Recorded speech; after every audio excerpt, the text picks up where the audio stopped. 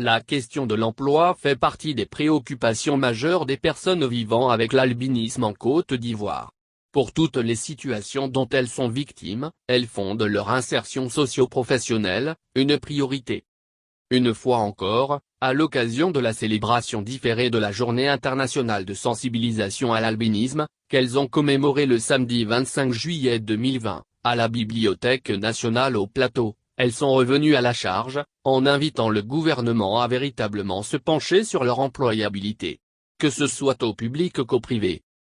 Par l'application des dispositions prises à cet effet depuis 2018. Au vu des décrets qui ont été pris en 2018 portant sur l'employabilité des personnes handicapées dont font partie les personnes vivant avec l'albinisme, nous souhaitons l'application de cette loi qui dit que pendant les concours de la fonction publique, les personnes en situation de handicap auront 5%. Au privé, les entreprises qui recrutent des personnes en situation de handicap dont celles vivant avec l'albinisme, peuvent avoir des rabattements fiscaux en fonction du nombre de personnes qu'elles emploient, a exposé Diabaté Adama, président de la Fédération des associations et organisations pour le bien-être des albinos de Côte d'Ivoire, FAOBESI. Avant de supplier le gouvernement à se pencher sur la mise en place de cette loi, qui, à l'en croire, va véritablement donner un coup d'accélérateur à l'employabilité des personnes vivant avec l'albinisme en Côte d'Ivoire. Fatoumata Bakayoko, présidente du comité d'organisation de la 6e édition de la Journée internationale de sensibilisation à l'albinisme, a elle relevé le bien fondé de cette journée. Elle vise à sensibiliser l'ensemble de la population sur les situations que vivent les personnes vivant avec l'albinisme. Nous sommes sujets de discrimination, de moquerie, de stigmatisation. Nous avons également des difficultés à nous insérer sur le plan socio-professionnel ou pour nous prendre en charge quel que soit le métier que nous exerçons, a-t-elle expliqué.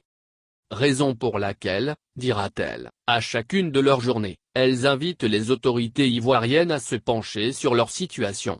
Nous demandons à l'État, à reconnaître également notre second handicap, qui est celui de la peau, de telle sorte à permettre aux assurances de prendre en charge nos crèmes solaires qui nous permettent de nous protéger contre le cancer de la peau. Un cancer qui sévit dans le monde des albinos en faisant une 50 de morts ces 5 dernières années, plaide mademoiselle Fatoumata Bakayoko. La Côte d'Ivoire compte selon la Banque mondiale et l'homme, entre 25 et 35 000 personnes vivant avec l'albinisme. Sur le plan de l'employabilité, seul le recrutement dérogatoire permet de les insérer à la fonction publique. En 2020, c'est 8 personnes albinos qui ont été recrutées sur 200 personnes handicapées. Dans les entreprises privées, ces personnes sont rejetées, a-t-on appris de Diabaté Adama. Leur seul recours, c'est l'entrepreneuriat ou les activités génératrices de revenus. Là aussi, des difficultés à bénéficier de fonds ou de prêts, a fait remarquer Douo Sylvie, une albino. A rappelé que la GISA est célébrée tous les 13 juin. Pour cette 6e édition, c'est à raison de la crise sanitaire que traverse le monde entier, que la FAOBESI a décidé de la célébrer en 2 étapes.